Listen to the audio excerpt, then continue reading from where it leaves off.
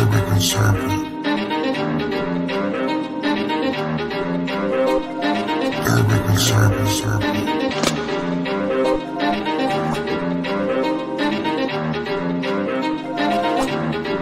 Urban conservative.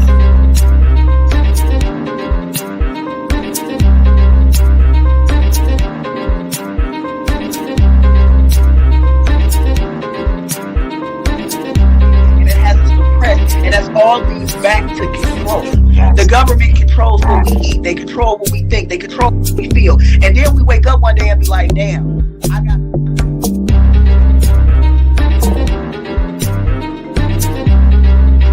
Urban conservative. Urban conservative. Urban conservative. Urban conservative. Urban conservative. But isn't that American dream? That American dream is...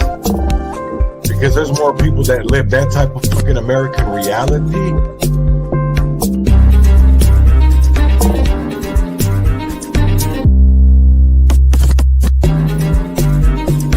But isn't that American dream?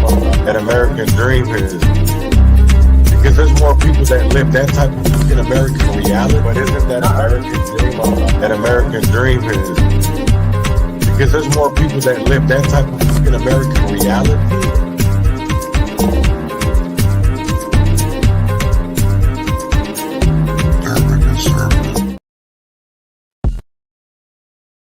Q9, my futon, hold it up and smoke it. Transgression, a progression of a war we ain't asked for. Transgression, a progression of a war we ain't asked for. It's madness, yo. All the things that we could talk about. Call it. But let's talk about these urban circumstances real quick. And basically, it's the we got this. So Revolution. Winner's frosty hand. Muhammad is the fame's name, forever stand. Standing on royal fusing of justice for the few, ridiculed by the pale terrorists bent on genocidal obsession, rooted in fear of neglection and abandonment, fueled by nightmares of ancestors' jealousy.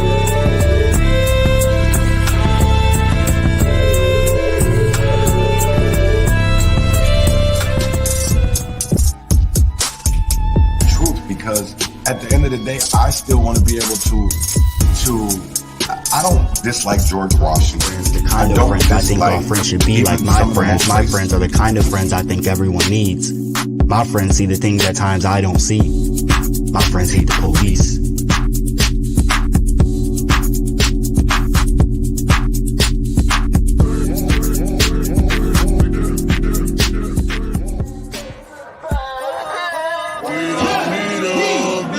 What has changed? Are deemed the criminals, and the blacks are deemed the criminals. shut up and help. Reflection ain't nothing but the inner child trying to see you. You gonna look? You gonna pick up that book? Lord, keep me far from the faith. Guide me through night and day. Teach me your ways. Show me the righteous way to sway. Lord, can you teach me, please? Show me the way, I'd say.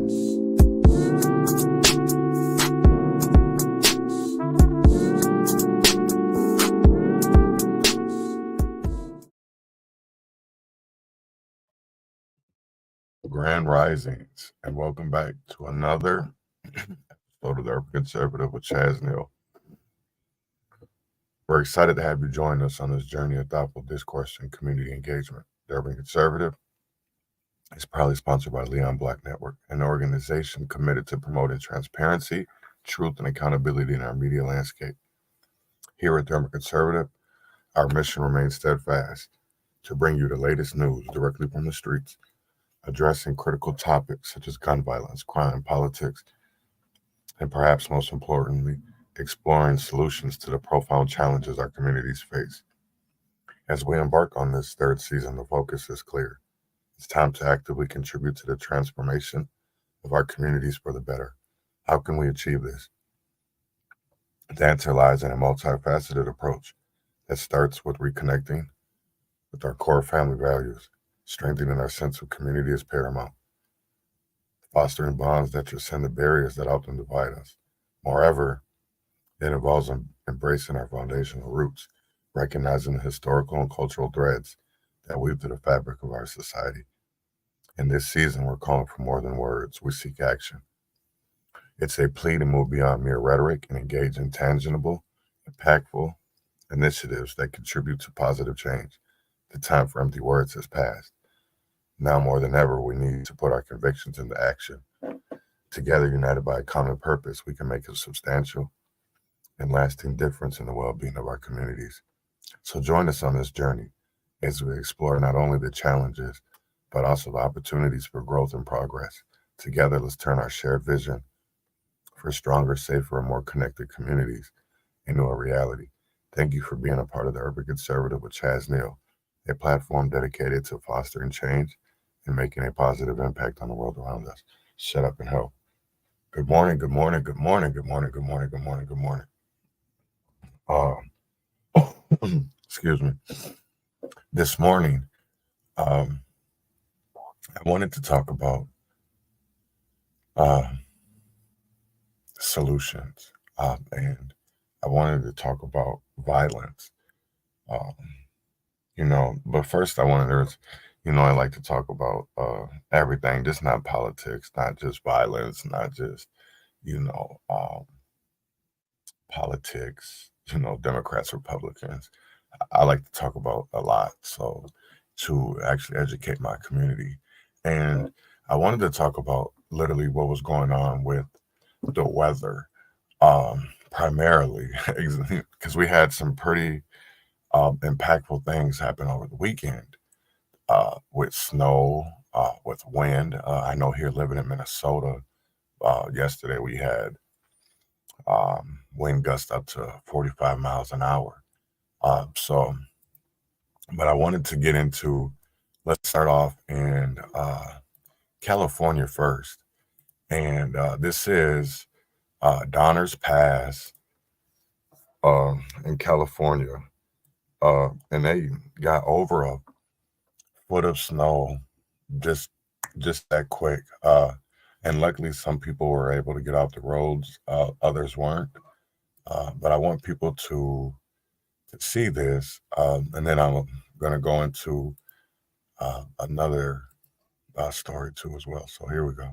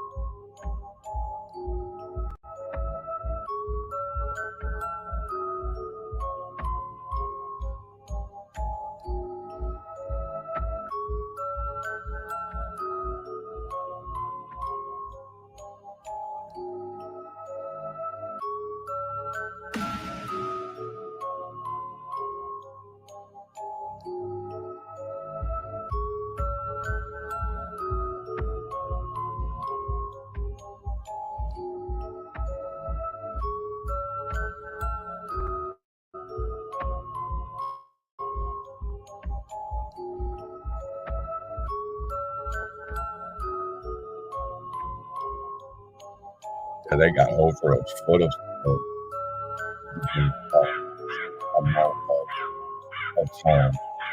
This California, this area is known for snow, but just not in these amounts. This is more like of a mountain area. And but yeah, it was that really blew my mind. And here's the other one. So this was Saturday, or 19 hours ago. Hundreds of thousands of tumbleweeds have taken over Utah neighborhood. This is South Jordan, which is a city in Utah. And this one kind of really just blew my mind a little bit. Back to what?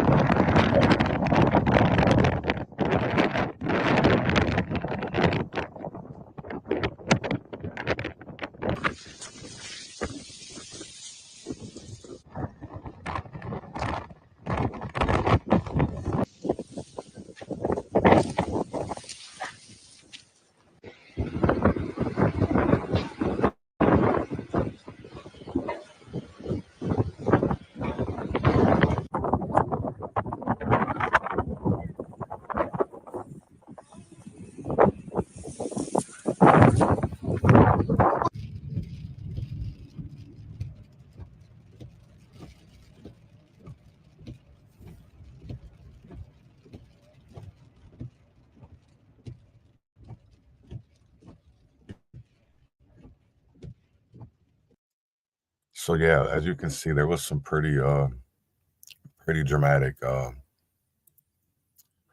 events over the weekend from our weather, from snow, from rain, wind, yeah, everywhere was hitting it. Now, let me stop that. I also want to get into two other really quick stories that happened over the weekend in Georgia.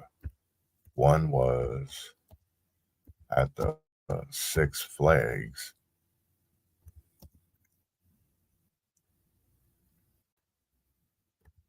and the other one was at the mall. And it just really it trips me out. So let me share this so you guys can see it as well.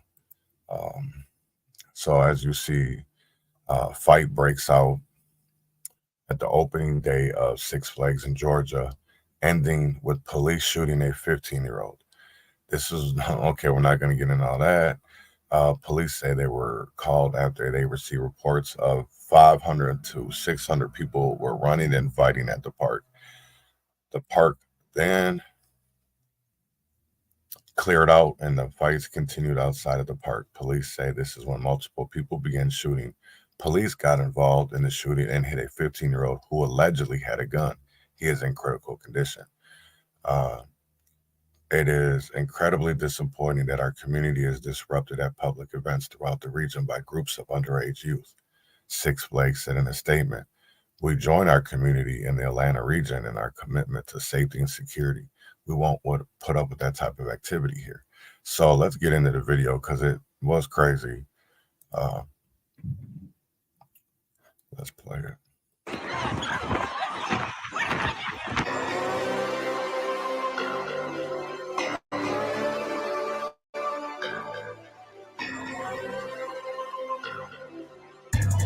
Knife on the stick, trying to get jiggy. They had found that boy alive, all of his body parts was missing. It's time to spin, let's go get busy. Bitch, I'm hanging out the trunk, he breaking BK, go through the tree. Oh my God, that is a lot. Ryan, take a video. That's, yeah. So that was one thing that had happened over the weekend was in at Six Flags in Georgia, outside of Atlanta, but also on the same day, there was a shooting in a Georgia mall that was blamed on, again, kids. And it's like, when are we going to actually pay attention to what is going on around us? And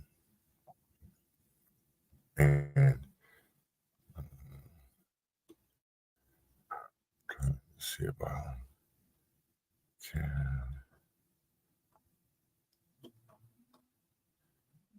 I hate when they blame it on that they go automatically to Black people that that did it, and it's crazy as hell. Let's see what this is. So I'm not sure this tab. I guess it's some.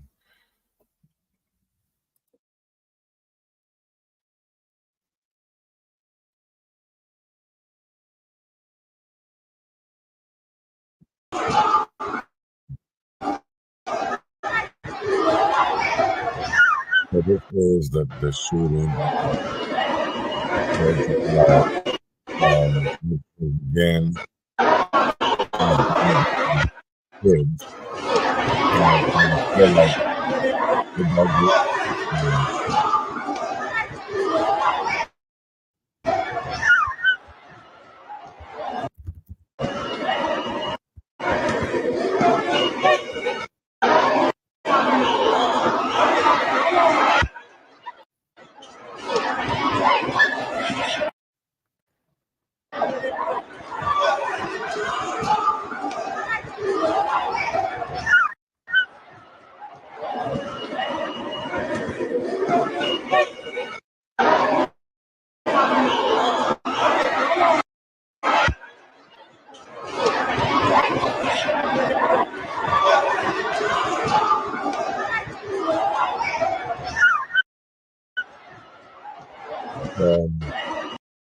Yeah, that's what we had happen here in Atlanta and Georgia. So you had literally, and it wasn't just Georgia either, because you also had Chicago, Illinois, that had a Buck Wild weekend with the juveniles. And it just makes me wonder, with everything that is going on, um, like, when are we going to pay attention to what is going on with our kids? Because they're literally, if we thought the 1992 crime bill was bad, we haven't seen the new one yet. You haven't even seen anything, because this one is directed at our kids. And do we honestly, and I know a lot of people right now really aren't seeing the get behind the Trump movement and are going red. We got to do something, and to me, it doesn't matter what it is, as long as you're not voting blue.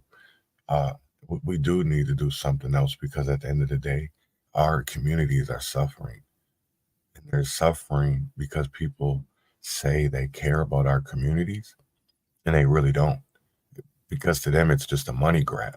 It's a grift. It's something for them to get paid. It's a job for them. Um, and that's what frustrates me, because I see all of these things going on in America, and yet it's like, what do we pay attention to? What do we pay attention to? Because homelessness is at an all-time high. Drugs are at an all-time high. I feel like drugs are worse than, the crack era. Honestly, you put the crack and meth era together, and we got the fentanyl crisis. That's how I feel, because you literally, when you go out, because I mean, honestly, how many, if you look back to, because I'm 46, so if we go back to the crack era, we can, and we compare going down to the inner cities, going to the metropolitan areas, going to, a baseball game, or going, downtown to just kick it. What do you see now compared to then? Because I'll tell you right now, you see way more homeless people. You see more encampments. You see more poverty. Because I think about it, like, we even look at like Gary, Indiana, which used to be a bustling town, factories, and now look at it. It ain't shit. Gary, Indiana is one of the just went downhill. The same thing with New Orleans. The same thing with South Central, with Watts. It's always the impoverished areas that get hit. Even though we try to, um, you know, keep on that legacy and make sure that uh, history is remembered. And I don't think we're doing a very good job at that, because we elect people uh, that aren't from here and don't know the history. So that's why we're losing historical buildings. We're losing um, things that actually really do matter. That's why you see the state flag changing, why they want to do this and that and that. And it's like, damn, really? Y'all don't even, like, what about the people that actually, born and raised here, and find some of those things to uh, reminisce with, and then it's gone. That's what trips me out, because how can something be such an impact on history, but yet, because it has to do with blacks, it's so quick to brush off and just get rid of it. Oh yeah, no, I know they still do, and that's what I'm literally going to talk about today, because over the weekend, um, Star Tribune came out with an article about a summit, a violent summit that is going to be happening in May in Minneapolis. And they brought in this group from Louisville, Kentucky. Well, when the Trib posted the article, I'd seen it, but then when it was somebody from the American Experiment, Bill Glenn, posted it, and made me want to look at it a little bit deeper, because I've seen a lot of similarities in the cities, United Cities, and then Cities for Action. And I also seen that a lot of these cities on here they have consent decrees. They have a long history of police brutality.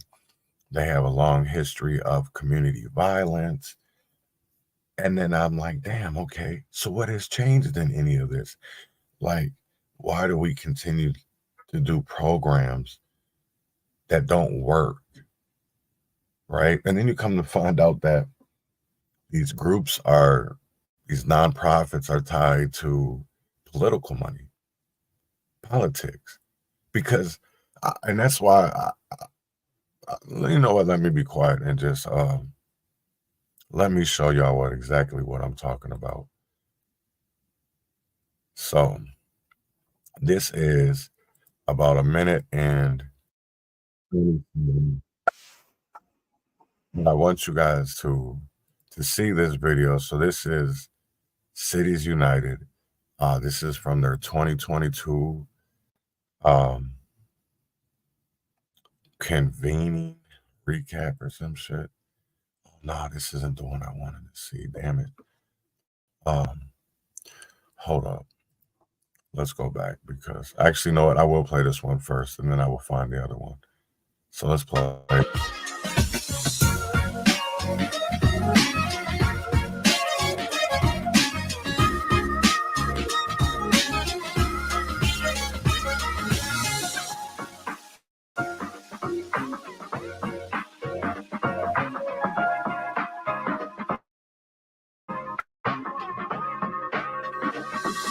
What's up, y'all? My name is Jalen Level. I'm from Louisville, Kentucky. We're here at Cities United convening in Baltimore. Man, it's been a blast. We've been in the youth pre-institution all morning and just coming here to network. It's been amazing learning about ways that we can improve our city, taking that nugget and knowledge back. I'm excited. It's just day one.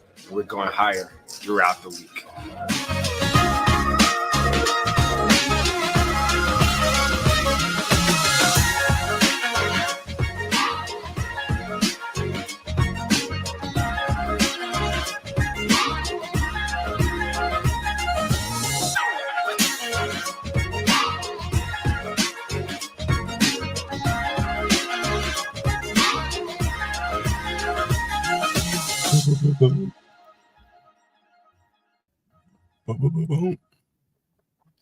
So that kind of explained a little bit of what they do.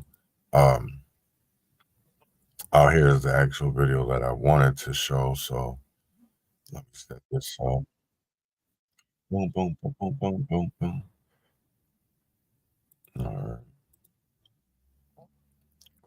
So hold up, wait a minute.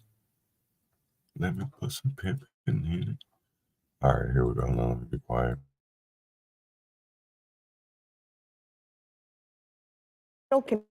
Convention alongside our city leaders and other mayors and organizations from all around the country. The mission was all about tackling violent crime in Baltimore and other cities across the country. WMER2 News' Brittany Werner joins us in the studio tonight. Brittany, I know they're all looking for solutions to the crime problem. Did they talk about how they hope to attack it? Yeah, well, redeveloping public safety was part of the topic for this year's City United convention, with over 500 people in attendance, all discussing the same things, discussing proven ways to minimize violent crime and homicides in our communities. We come in and help cities build out a comprehensive public safety plan. It's what Executive Director of Cities United, Anthony Smith, says has been proven to help communities tackle violent crime. The work is really around how do you create this ecosystem and how do you create an interconnected system that not only interrupts the cycle of violence, but also create better outcomes. Smith says by cities creating an ecosystem that utilizes various mediums, including city leaders working alongside organizations like Cure Violence and Safe Streets, those investments can really help reach those who are at risk of being involved in violence. Just give it 12 to 24 months to see if it's working, but also keep holding them accountable and say the things that are not working, we don't need to do anymore. But if it's working, keep that in place. What have you seen as far as similarities across like some of the other cities? What has been similar about their crime issue? So I think the similarities is we're talking about young Black and brown families and communities that have been historically underinvested in and historically hit with bad policies. If you truly want to make sure that young people and communities are safe, healthy, and hopeful, then you got to invest in that. Smith says, like the investment Mayor Scott has made into creating an ecosystem in Baltimore with the community violence intervention strategy. I'm gonna get into that, Robert, because yeah, you're gonna want to know about this. He took it from almost $0 to $50 million. That can make a huge impact. So big of an impact, other mayors attending this year's convention are looking to model the public safety plan that's being implemented here in Baltimore. Now, as we heard from city after city after city after city this week, that they want to model after the work that we're doing here, and just excited to see that work happening across the country as we really change the narrative about what public safety means in America. Everybody wants to see a solution to the crime problem. What other cities have implemented similar programs to fight crime? Yeah, well, this was actually piloted in Philadelphia and New Orleans. However, the executive director mentioned that one of the cities that have actually seen results has been Oakland, California. And that's one of the cities that's seen results. Of course, they're doing it all over the country. The real question, though, is will people have the patience to actually see this work being done and to see it actually making a difference in our communities? Wow. So the reason why I literally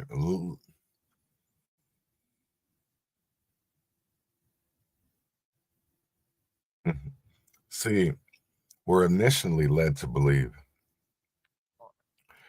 that Cities United is a nonprofit based in Louisville, Kentucky. But here's the twist, right? Because there's always a but and there's always a twist. Cities United is more like a project of Tides, an organization with a notorious far left stance. And they're not even based in Louisville. They're in San Francisco, California. And you know when something doesn't add up, it's time to dig deeper. And I'm questioning the ideological motives behind this summit.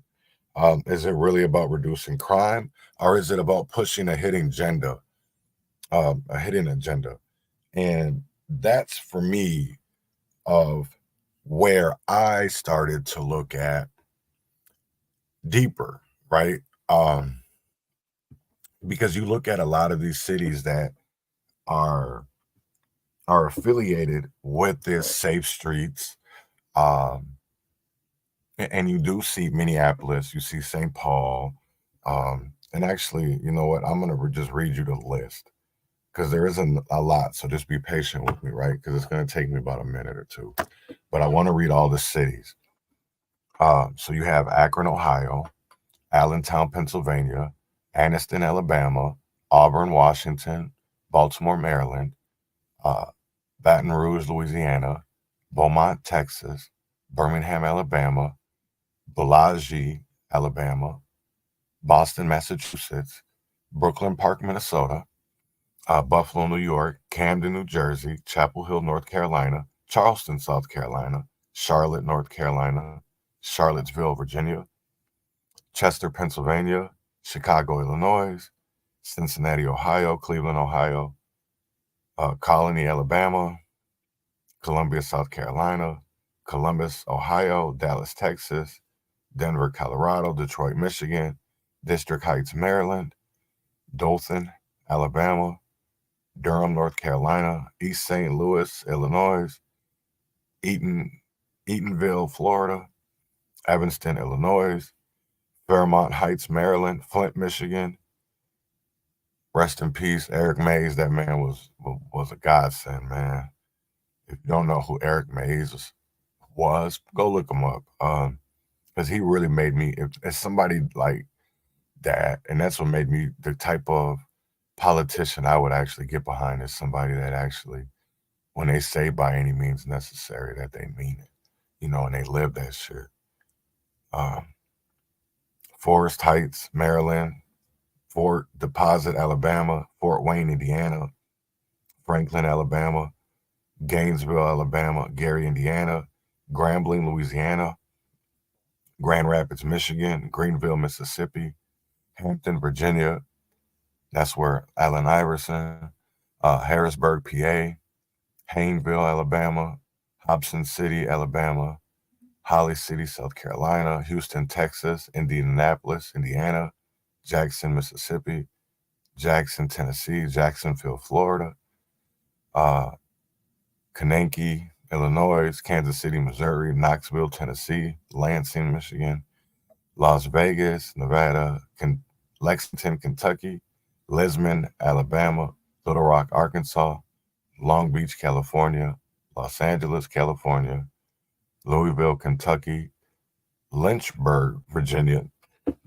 Should really Virginia, Lynchburg, Madison, Wisconsin, Memphis, Tennessee, Miami Gardens, Florida, Mill Valley, California, Milwaukee, Wisconsin, Minneapolis, Minnesota, Moss Point, Mississippi, Mosses, Alabama, Mount Bayou, Mississippi, Mount Vernon, Alabama, Mount Vernon, New York, Nashville, Tennessee, New Haven, Connecticut, New Orleans, Louisiana, New York, Newport News, Virginia, Newton, Massachusetts, North Chicago, Illinois, North Cortland, Alabama, North Miami, Florida, Oakland, California, Oklahoma City, Oklahoma, Omaha, Nebraska, Orlando, Florida, Pasadena, California, Patterson, New Jersey, Patterson, Louisiana, Pennington, Alabama, Philadelphia, Pennsylvania, Pickensville, Alabama, Pittsburgh, Pennsylvania, Portland, Oregon,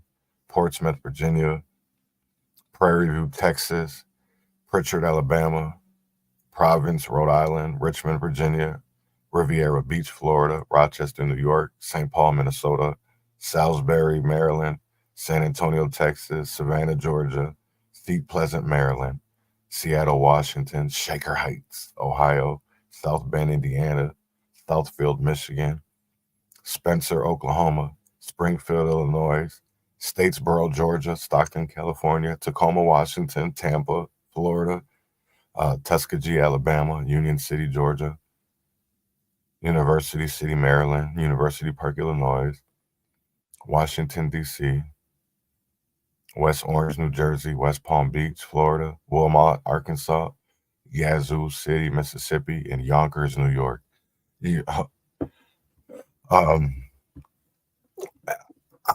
A lot of that, I sat there and I looked up these cities, a lot of them, and their demographics, a lot of those are black areas, right?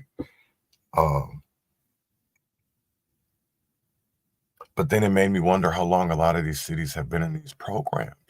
You know, how long have they done these initiatives? How long have they, because I'll tell you right now, the shit that they're doing doesn't work. It doesn't work. And we have shown that over and over again in Minneapolis. We have shown that these nonprofits are more part of the problem than really a part of the solution, for the simple fact of that how can you trust a group or, you know, politicians that are bringing these forward, for the simple fact of when you look in their history with other programs, with our schooling, you know, how this is what I'll never understand, right? It's how do you give these people millions of dollars when you go through their history and you see that they used to have a school, or that they used to have a recovery, abuse center, outpatient, and daycare and all this other shit that's been closed. It's been closed because of fraudulent behaviors, right, and activities. And yet we still continue to give these people money. And we don't even question it, right? Because when you start to question it, that's when you start to become the problem, right? You get ex-nayed. You get, oh, he's a part of the problem. No, because what, we're out here telling the truth. And yes, Minnesota Safe Streets, I'm coming to find out, is a part of that Louisville, Kentucky bullshit with George Soros. And that's why I really want to give it up to Bill Glenn, because when I did reach out to him about it, you know, he did take it serious, unlike Lou Ragoose, who I was messaging over 2 years ago about all the fraudulent behavior that was going on with, you know, 21 Days of Peace and all these other like Mother's Love and the Youth Task Force and UCMT, because all these people have their hand involved, and it's Bobby Champion, it's Mayor Fry, it's Latricia Vital, you know, Cedric Frazier, and it's like we still don't do nothing about it, and it pisses me off for the simple fact that we're seeing millions and billions of dollars going into an area that is getting not better but worse. So then I had to think about Angela Conley, right? How did she find a group all the way down in Louisville, Kentucky, right? Right. So I did my homework. I dug a little bit deep.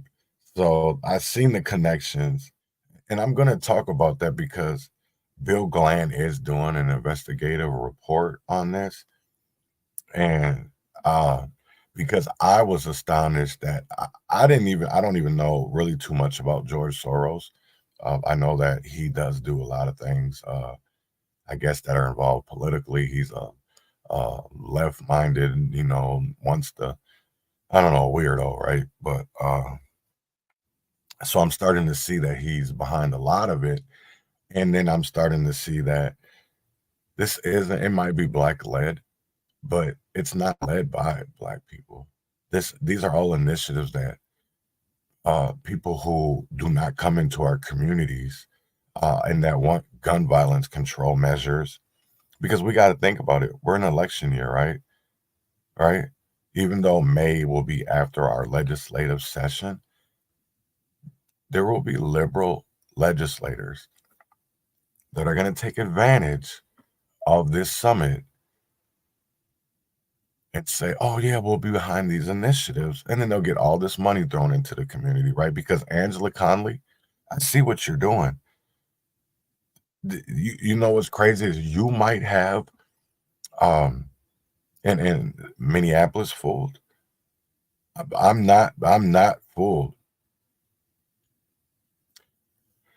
I already knew what certain people were going to say about, I'm not even saying that he's evil, but his policies. And I'm definitely, when it comes to the community that I fight for and that I'm sitting here talking about, is I know that his money has gotten them into their seats. And nobody's going to tell me any differently when I can sit here and put paper and show receipts. And the fact that, and this is the crazy part of it, is I hate that it has to come down between left and right, but there definitely is. I already know, and that's the whole thing of it is.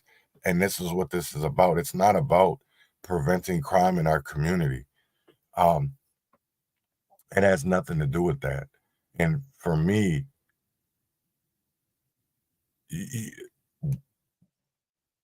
I would really like to know, because the cities that they spotlighted, Philly, New Orleans, and Baltimore, last year, I had a gun violence activist on here.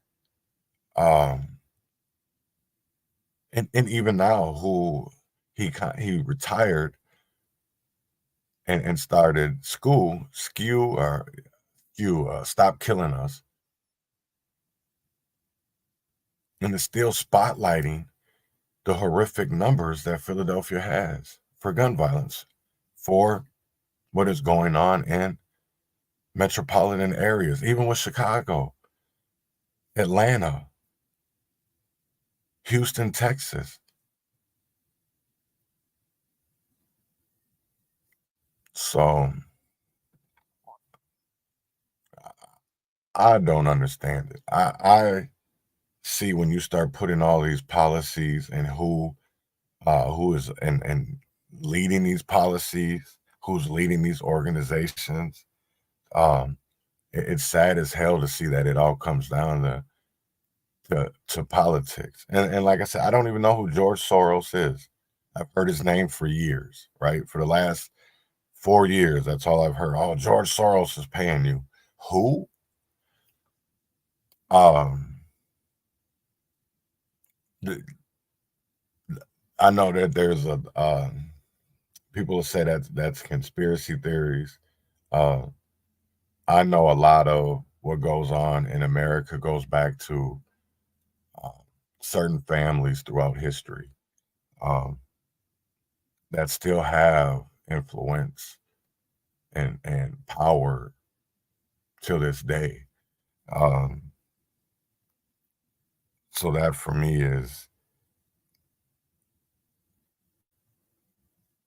and I hate the fact that I even have to, because for me, I could give two fucks about George Soros, right? But I know that a lot of the research that I do when it comes to these organizations and when it comes to, one thing that I've always that people have told me in this, if I wanted to be a truth seeker, if I wanted to be different than what anybody else was doing, it was to follow the money, right? It's always about follow the money. And it always goes back to certain people. It goes back to certain organizations. And it's on both sides. It's not just the Democrats and it's not just the Republicans. It's both sides, right? They all have agendas, and it's not about the community. I'm talking about Soros for the simple fact of, I know, and that's what I'm saying. You have on one side you got Soros, on the other side you got the Koch brothers.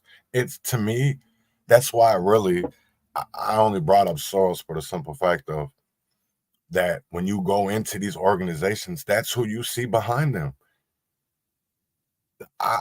Here's the thing of it is, people can think what they want to think. I'm just putting it out there. I'm just putting the information out there, and I want people to see it for what it really is. Because when it all links back to certain organizations and just certain people, doesn't 2 + 2 = 4? Like, are we not going to do math? Are we not going to put the shit and add it up? Or are we just going to look at it different? Look at it and be like, because we don't know how to do math, or we don't know how to do trigonometry, or we don't know how to do geometry. We need to really stop overthinking this political shit and just see the shit for what it really is. Because it ain't got shit to do about us. That's for damn sure. That's for damn sure. I don't give a fuck if it's Joe Biden. I don't give a fuck if it's Donald Trump. I don't give a fuck if it's Bobby Champion, Cedric Frazier, and Walter Hudson.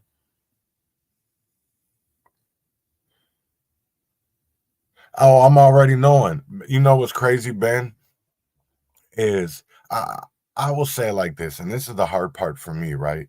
As being somebody that wants to do, journalism and wants to be impactful in my journalism. And I'll say my writing isn't the best. My speaking isn't the best. But all I know is that I want to tell people the truth. I want to give people the raw, regardless if it's ugly, as long as it's the truth, because a lie always hurts.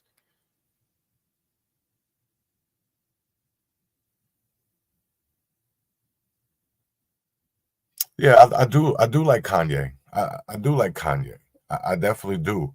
But I want to go back into what Ben was saying about is Georgia Ford.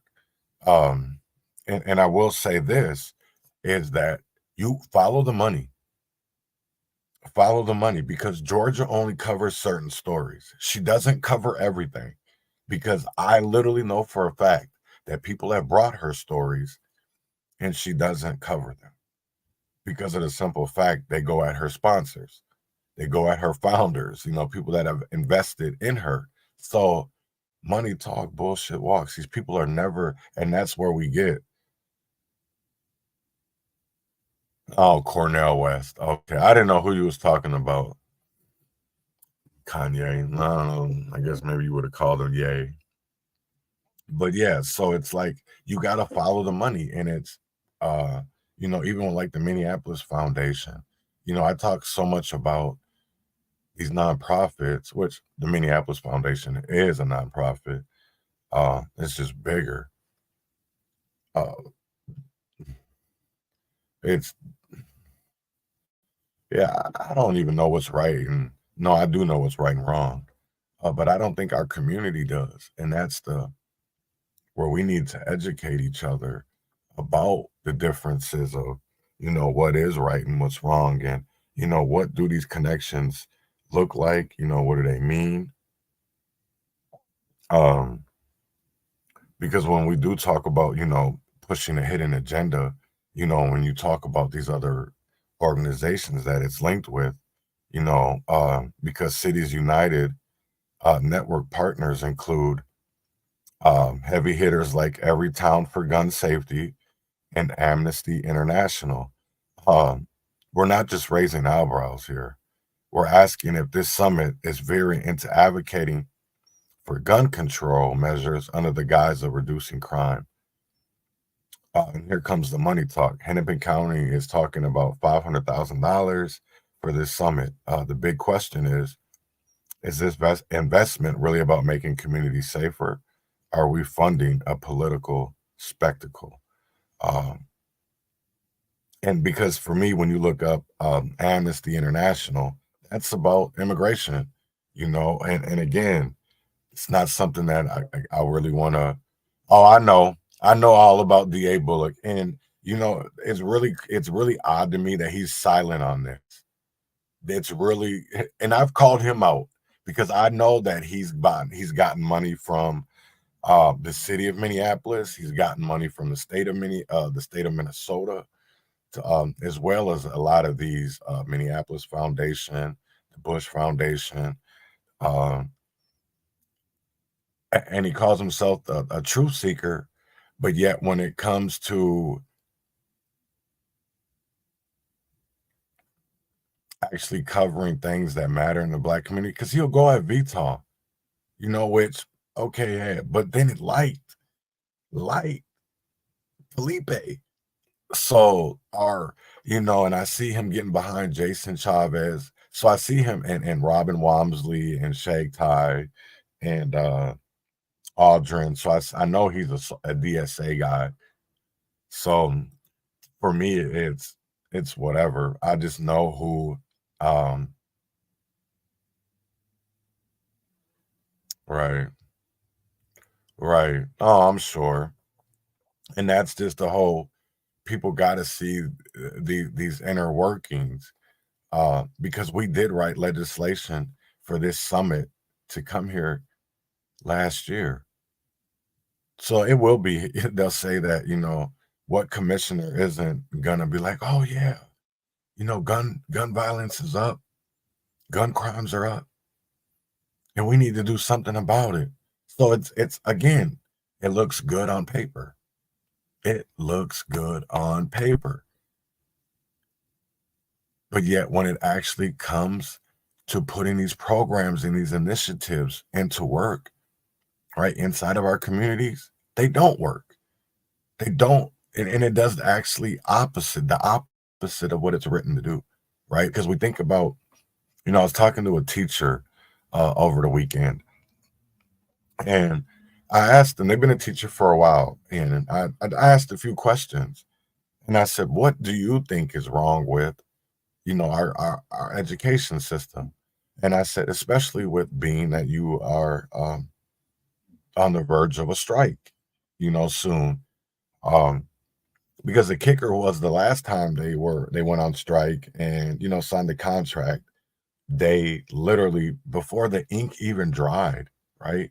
They had literally signed, and not even 12 hours later, you had the superintendent from that school district saying that they were going to have to cut staff and programming because they paid certain employees more. They gave them more money in contract negotiations, which to me, that kind of was like a slap in the face for them teachers. And I understood what they were talking about, you know, because there was a lot of things that, you know, legislature should change.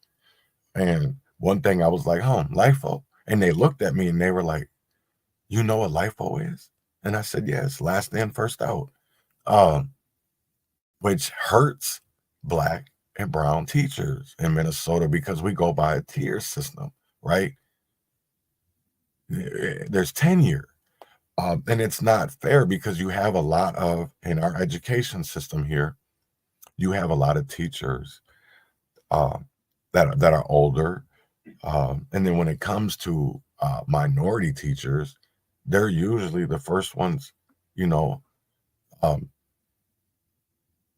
they're the newest ones. So they're always the first ones out. And we have to change that. And I know that's something that, and that's why I like Rashad Turner, you know, and Don Allen, because they've literally, and I don't agree with everything that they say or do.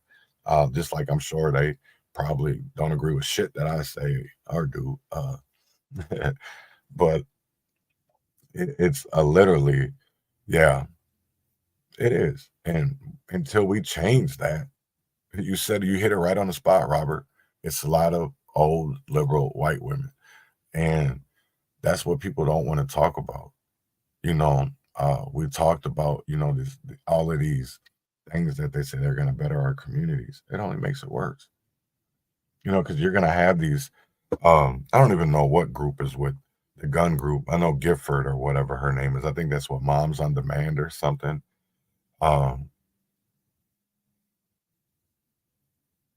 Yeah, I just didn't get it because when I literally looked at like their events that they did the last couple years, because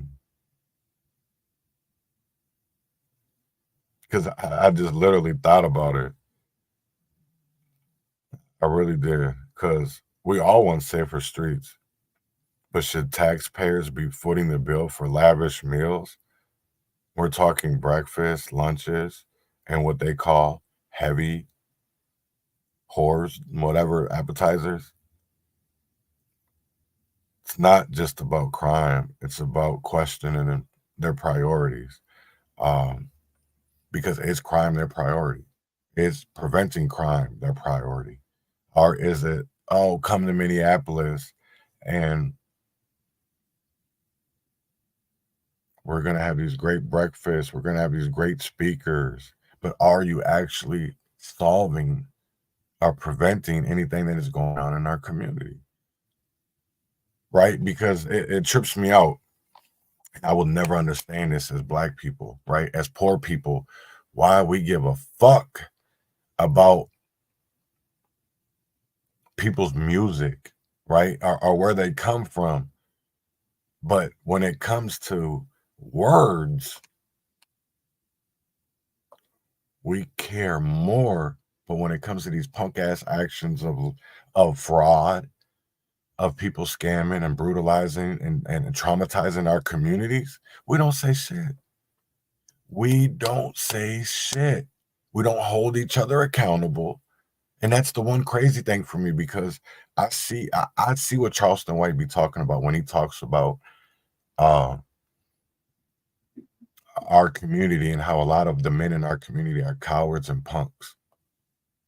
I understand what he's talking about now. And that's why I look at a lot of our community members, our community leaders, in weird eyes now, because I see that they care more about money than actually doing the right thing.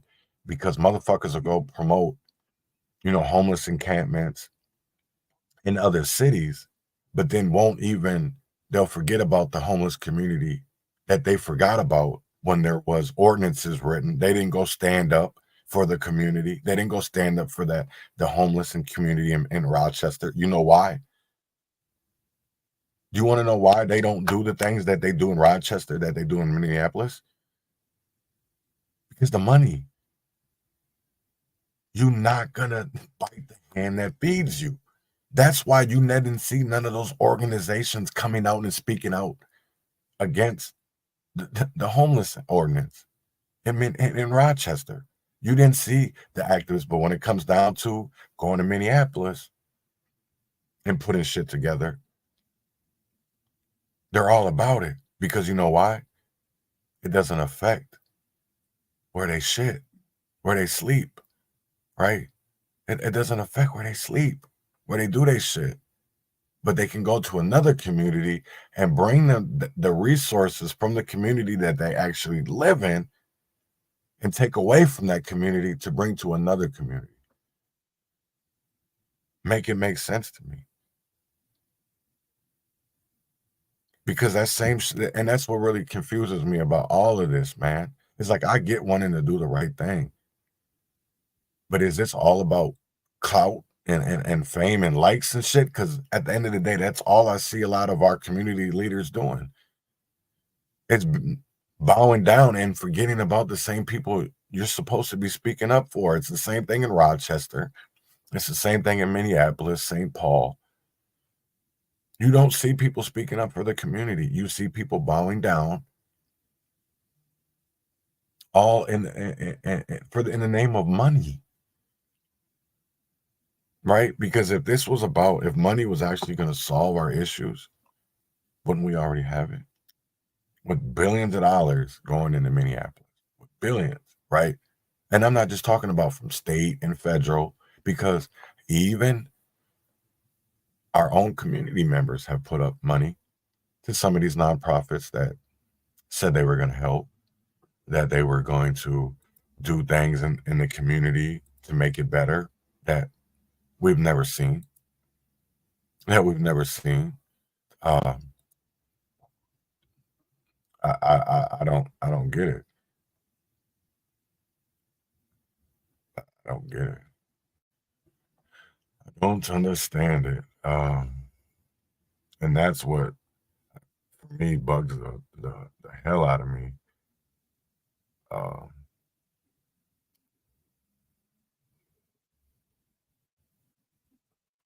Because just for that reason of that we care more about words than somebody's actions. And it's like,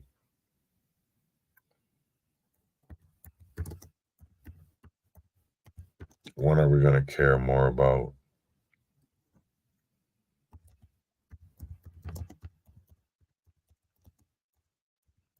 what actually people are doing than what people are saying?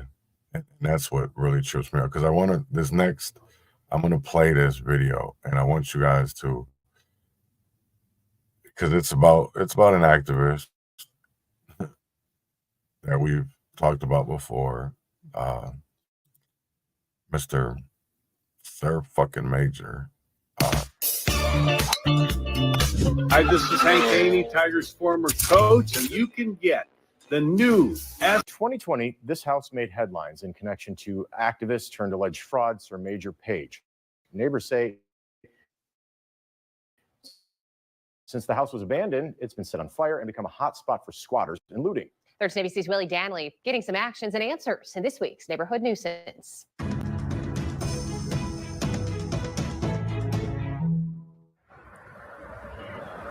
Tina, here on Glenwood and Toledo's Old West End, there are tons of historic homes, many of which are over 100 years old. People living on this block of Toledo's West End tell me it's sad to see a historic home fall into disrepair, but after what they've seen occur here, they want the place gone. We need something done with it to tear it down, because it's an eyesore.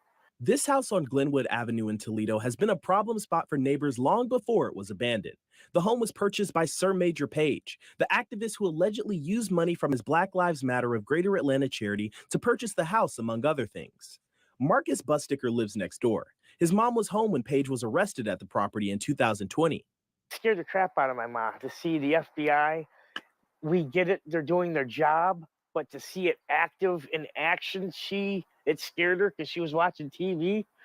And she looks up, she's like, oh my God. Well, they had it swarmed. Ever since Page was arrested, the home has been vacant, except for the squatters and neighborhood kids who use the place to party. It's an eyesore. Like, you know, we have a nice neighborhood here. We got a lot of nice people. And we don't want to have people that aren't from here living in the building. Busticker says it's not good for children in the community to see addicts in and out of the home. And I don't want that to see other kids to see that here. They shouldn't have to. Then in January of this year, the place caught fire due to a space heater. With people coming and going illegally, neighbors are concerned their homes could be the next target. So what can be done? The city of Toledo's code compliance department tells me its hands are tied. There's not much it can do with the property since it's still a part of a federal investigation. To give neighbors some peace of mind, the department sent an inspector out to see what they can do to keep people out. As for Busticker, he loves the neighborhood and thinks tearing the place down would help keep up the curb appeal. You can plant some flowers or have like a little park. I could even cut grass here so the kids can enjoy it, and it wouldn't be such an eyesore. I reached out to Major Page for comment, but have not yet heard back. And like I said, since this property is a part of a federal investigation, there's not much that the city of Toledo can do at the moment. But people living nearby say that they will stay vigilant and continue to report what they see, hoping that it expedites the process. If you have a troubled property in your community that has become a neighborhood nuisance, feel free to DM me on the social media below. Or send me an email at William Danley. This is Toledo, Ohio. So if you're in the Toledo, Ohio area.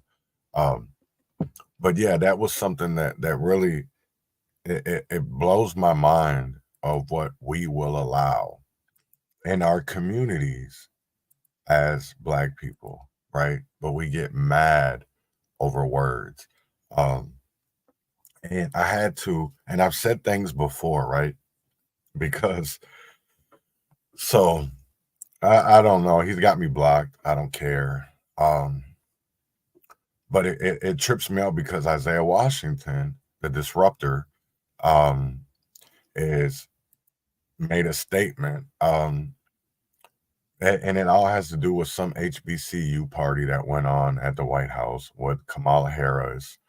And but for him to be literally sticking up for this clown, a well-known Black Lives Matter activist who is now supporting Trump in an attempt to intimidate him and scare him with lawsuits, right? But now this is the crazy part, because I had to tell Buddy to sit his ass down.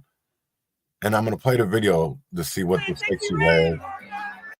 Let's see how bad it is. Y'all, I'm at the VP house. They playing Sexy Red.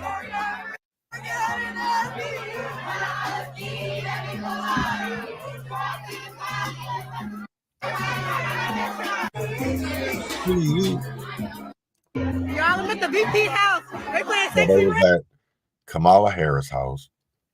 And I told him, I said, leave us alone. He's not one of us at all.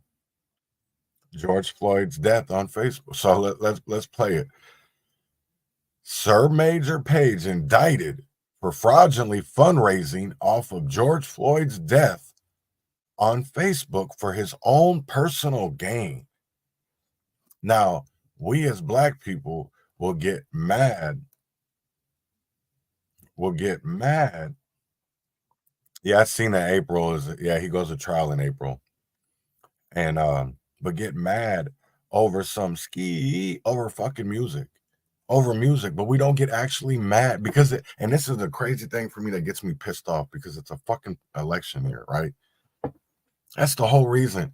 And I don't give a fuck if that albino ass nigga is going for Trump, right? Because at the end of the day, why would we even trust these motherfuckers when he was doing it before, all under the name of Biden, right? And all under the name of Black Lives Matter. So why? I'm really starting to look at these people really weird, because it's like, what do we stand for? Y'all can't stand for something because y'all fall for anything.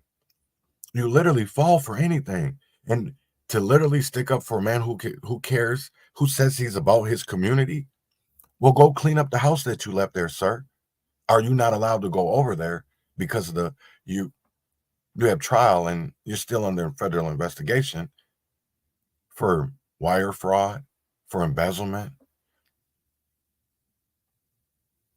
So go clean up Toledo. You do all that rah-rah shit on Twitter Spaces. You go in there talking about you're running for Congress, which is a fucking lie.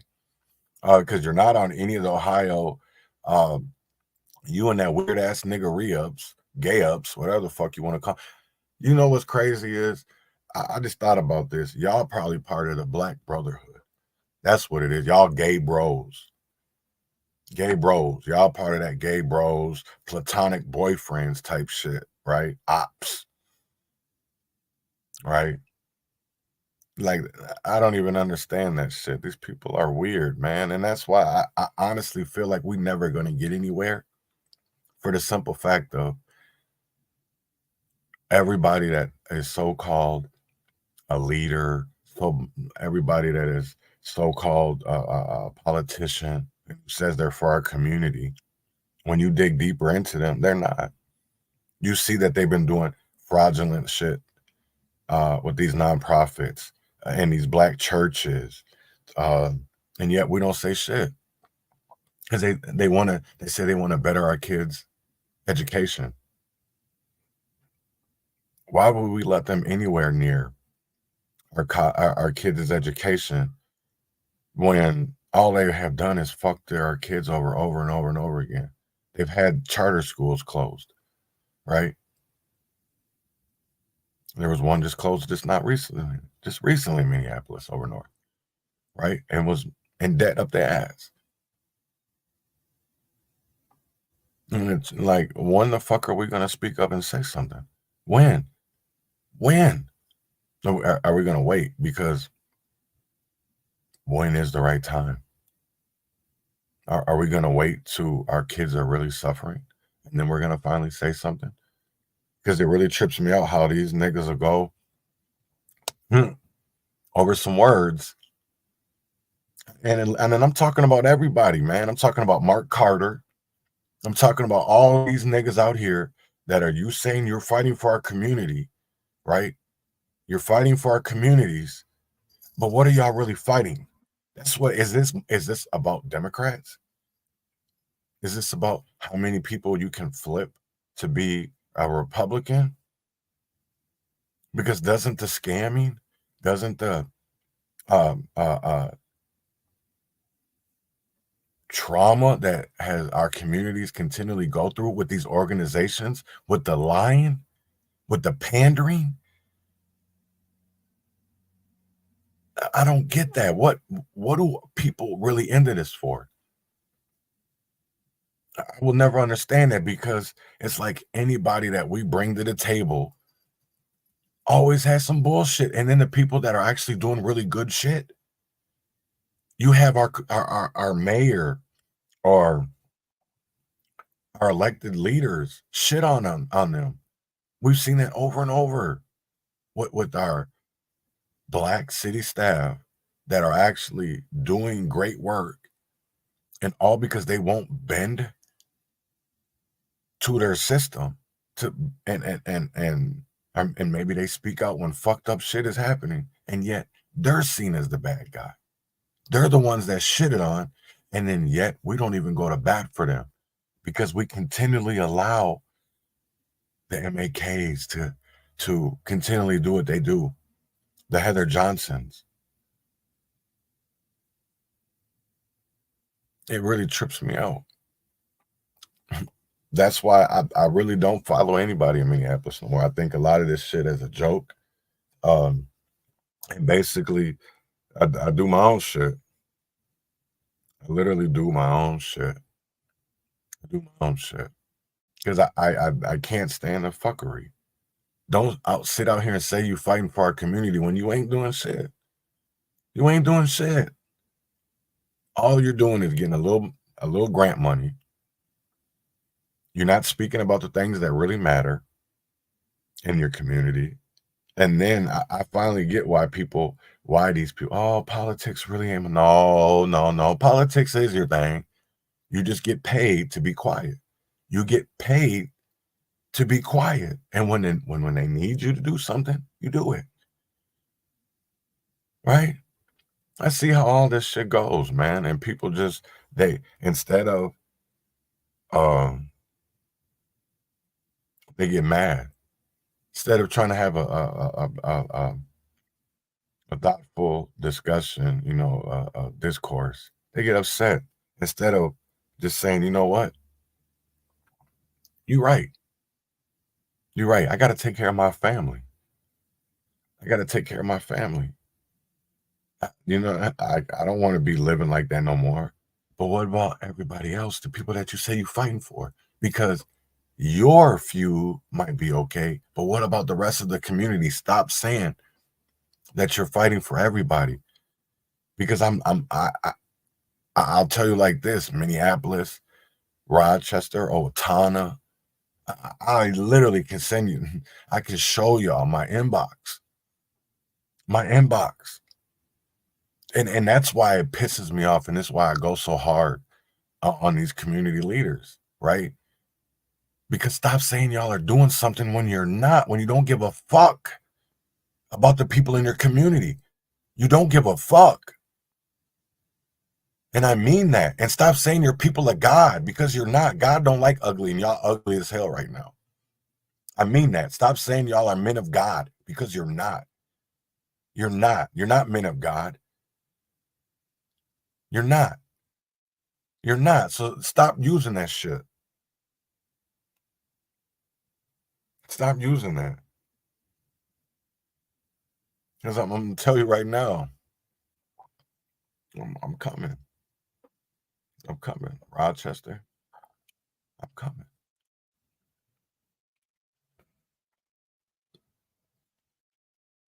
I'm coming.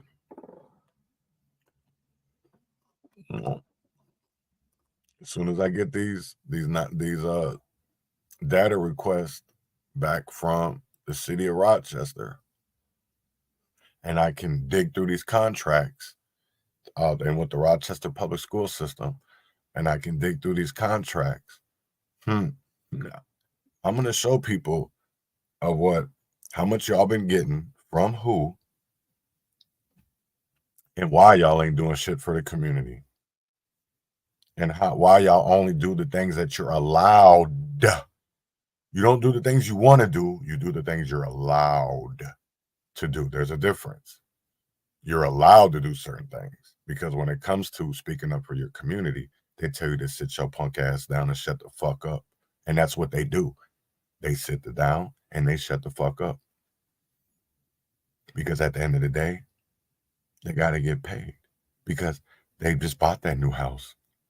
They got to go take a vacation. They have a new car, right? Right? Because when you speak out, they call you a whistleblower. They call you a snitch. See, I'm not part of you. You can call me whatever you want. I'm not a part of that bullshit. I'm not a part of scamming the community that I love and that I want to see everybody do good, just not a few. Because I don't want to see Black excellence. I want to see Black greatness, because Black greatness is everybody, right? There ain't nobody, just a few of us are Black excellence. No, get the fuck out of here with that. Right? Right? So, we're going to get this week all started off right. And I will be doing more episodes later on this week, adding to context about certain things. And there probably will be pre-recorded episodes, 20 minutes here, 20 minutes there, that I'm going to do. And I'm going to talk about certain subjects, whether it's Jerry McAfee in West Salem and his fuckery with schools and rehab centers that he doesn't know how to run. So, yeah, we definitely will be talking about that. And I want people to pay attention to what's going on in the state of Minnesota, because how do we have directors with no college degree, but one of the qualifications for the job is for them to have a college degree? And then they come to find out they're good friends with the director of that department. So, again, makes you wonder, makes you look at shit differently when it comes. And just to know that if you live in the metro area of the Twin Cities, this morning, go greet your new migrants that just came in on the bus. buses did come in this morning. If you go look at Bill Gland's page, it is there. So this shit is really real. We are going through a crisis. We are going through something that we've never seen before. And it's only going to get worse. You know how they always tell you that it's before it gets better, it's going to get worse. That's what I'm telling y'all. Buckle up. Buckle up. Because it's about to get worse. Buckle up. Supreme Court did come back with a unanimous decision to keep Trump on the ballot as well. Everybody kind of figured that was going to happen. And the reason why I guess they came back with that decision was that it is not the state's decision to take people off the ballot with the article that they were using. That is for Congress and Congress only. So that being said, I hope everybody has so niggas for Trump is still going to be going on.